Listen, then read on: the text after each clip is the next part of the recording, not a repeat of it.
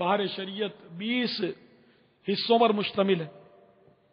نماز کے احکام یہ بھی پڑھیں، 500 صفحات پر مشتمل ہے تقریباً. یہ بھی مکتبۃ المدینہ کی شائع کردہ ہے. احیاء العلوم 4 جلدیں پڑھیں آپ، موٹی موٹی جلدیں. اردو میں یہ سب ملتی ہیں کتابیں، تو آپ پڑھیں، آپ کو پتا چلے گا اسلام کیا ہے، اسلام ہم سے کیا تقاضا کرتا ہے. ہم کاہے کے لیے دنیا میں آئے؟ کیا عشق مجازی کے لیے آئے تھے؟ یا رنگ رلیاں منانے کے لیے ہم آئے تھے؟ ڈھول تاشے بجانے کے لیے آئے تھے؟ خوب روڈوں پہ ناچنے کے لیے کیا ہم دنیا میں بھیجے گئے؟ نہ. وما خلقت الجن والانس الا لیعبدون. قرآن پاک ہمیں یہ کہہ رہا ہے کہ اللہ تعالیٰ کا فرمان علی شان ہے، اور ہم نے جنوں اور انسانوں کو اپنی عبادت کے لیے پیدا کیا ہے. آپ کا مقام مسجد ہے. سنیما گھر کے لیے آپ نہیں آئے، نائٹ کلبوں کے لیے نہیں آئے. آپ اللہ کے گھر کو آباد کریں، اپنے گھر کی خبر لیں، اپنے گھر کی دیکھ بھال کریں، اپنے بال بچوں کی رکھوالی کریں، ان کی خدمت کریں، ماں باپ کی سیوا کریں، ان کی خدمت کریں. حلال روزی بے شک کمائیں بقدر ضرورت، محتاجی سے بچنے کے لیے. پھر مال کے حقوق بھی ادا کریں، جو واجبہ حقوق ہیں، زکوٰۃ وغیرہ جو بھی ہیں. تو اس طرح مطلب ہے کہ اللہ عز و جل اور اس کے پیارے حبیب صلی اللہ تعالی علیہ وآلہ وسلم کے حکموں کے تحت اگر آپ زندگی گزاریں گے تو آپ کامیاب ہیں. ورنہ مرنا تو سبھی کو ہے. دیکھیں جو اہل اللہ دنیا سے تشریف لے گئے، آج بھی ان کی حکومت دلوں پر قائم ہے. غریب نواز، غوث پاک، داتا صاحب، اعلی حضرت ہے نا، کتنے اولیاء کرام دنیا سے گئے، سب کی حکومتیں دلوں پر قائم ہے. آج ہم ان کا ذکر خیر کر رہے ہیں، اور بڑے بڑے کرو فر والے بادشاہ بھی گزرے ہیں، ان کی حکومت کہاں ہمارے دلوں پر ہے؟ ہم تو نام بھی نہیں لیتے کبھی ان کا. نہ کوئی فاتحہ کرتا ہے، نہ ان کو کوئی اصالہ ثواب کرتا ہے، پتہ ہی نہیں.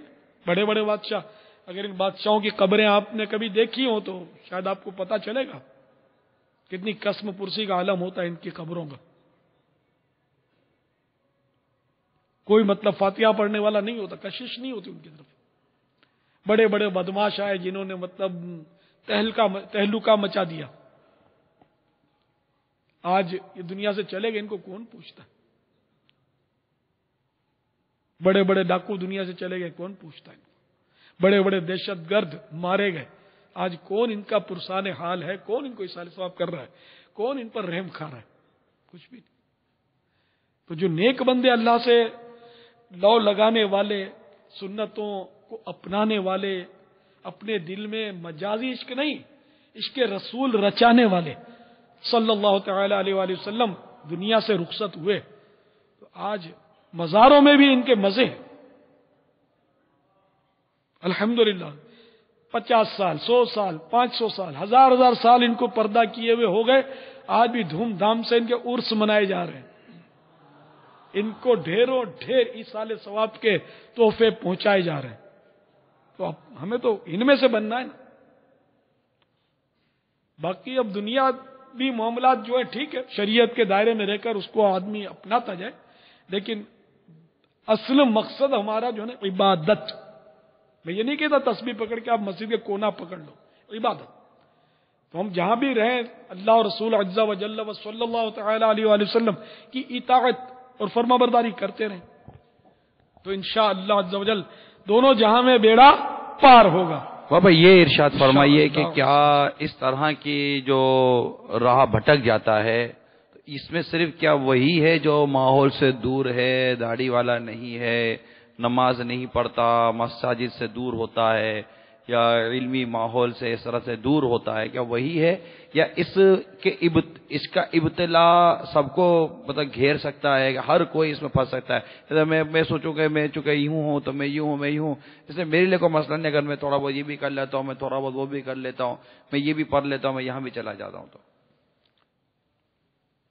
دیکھو، شیطان سے اپنے آپ کو جس نے محفوظ سمجھا کہ میں شیطان سے محفوظ ہوں، تو اس کا یہ سمجھنا ہی اس بات کا غماز ہے کہ یہ شیطان سے محفوظ نہیں ہے، کہ یہ بات بھی اس کے دل میں شیطان نہیں ڈالی کہ تو مجھ سے محفوظ ہے.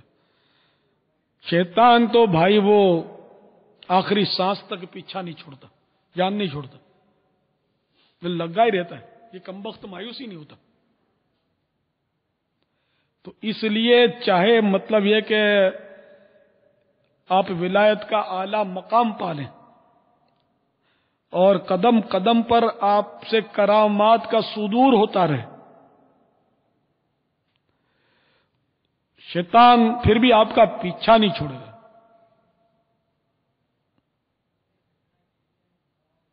تو اس لیے کبھی بھی یہ نہ سمجھے کہ اب میں نے داڑھی رکھ لی، امامہ شریف سجا لیا، مدنی قافلوں کا مسافر ہوں، میں تو خوب نیکی کی دعوت کی دھومیں مچاتا ہوں، اپنا شیطان سے کیا لینا دینا، وہ اب اپنے کو نہیں بہکا سکتا۔ بھائی یہ آپ کی بہت بڑی بھول ہوگی اگر آپ نے ایسا ذہن بنایا تو اللہ تعالی سے پناہ مانگتے رہے۔ تو شیطان ایسا خبیث ہے کہ وہ حالانکہ اس کو پتا ہے کہ نبی میری باتوں میں نہیں آئیں گے، لیکن نبیوں کا بھی پیچھا کرتا رہا ہے۔ وہ آج کل جو حج میں جو حاجی آ گئے، ان کو پتا ہوگا جنہوں نے کنکریاں ماری ہیں شیطانوں کو، تو وہ نبیوں کے ہی تو پیچھے پڑا تھا نا، بہکانے کی کوشش کی تھی، تو وہیں ان کو ابراہیم علیہ السلام اور اسماعیل علیہ السلام نے کنکریاں ماری تھی نا ان کو۔ تو اس لیے وہ شیطان پیچھا چھوڑتا نہیں۔ اس میں تھوڑا ہم کو یوں سمجھنے کو ملتا ہے اس بات سے کہ ہمیں بھی مطلب ہے کہ اللہ کی عبادت سے مایوس ہونا نہیں چاہیے، نیکی کی دعوت سے مایوس ہونا نہیں چاہیے، کسی کو سمجھانے سے مایوس ہونا نہیں چاہیے۔ ہم سمجھاتے رہے جیسے مدنی قافلے کی دعوت دیتے ہیں، مانتا ہی نہیں ہے، مانتا ہی نہیں ہے، مانتا ہی نہیں ہے، پیچھے پڑے رہے، کبھی تو بولے گا چل یار آج تو میں بھی چلتا ہوں مدنی قافلے میں، کاش ہم بھی۔ یہ نہیں، شیطان کم وقت میں نے کہا نا کہ آخری سانس تک پیچھا نہیں چھوڑتا، جس کا پتا ہے کہ یہ نہیں مانیں گے ان کا بھی پیچھا نہیں چھوڑتا، یہ لگا رہتا۔ تو کاش مطلب یہ نہیں کہ ہم بھی لگے رہیں بس، کہ وہ نہیں مانتا ٹھیک ہے، نہیں مانے گا، کبھی بھی نہیں مانتا، لیکن ہم نے جو منانے کی کوشش کی اس کا ثواب تو ملے گا نا۔ ہم منانے کے ذمہ دار بھی نہیں ہے نا، ہم تو پہنچانے کی ذمہ دار ہیں، ہم تو ان کو پہنچائیں بات، ہم ان کو سمجھائیں۔ ماننا نہ ماننا یہ اس کی مرضی ہے، ہدایت دینا ہمارا کام نہیں، رب الانام کا کام ہے، وہ ہدایت دے گا تو دیر نہیں لگے گی، مگر یہ کہ نہیں بھی ملی اس کو ہدایت تو ہمارا ثواب تو انشاءاللہ کہیں نہیں جائے گا۔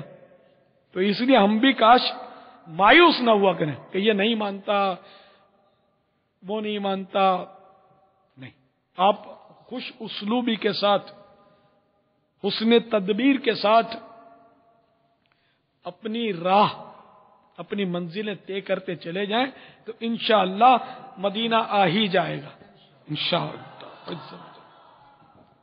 اب آپ اسباب کچھ بیان کر رہے تھے، پھر اس میں وہ فقہ کی بات اور قرآن و حدیث پڑھنے کی بات چلی تھی۔ اب وہ یہ عرض کر رہا تھا میں کہ مطلب اس طرح کی کہانیاں، افسانے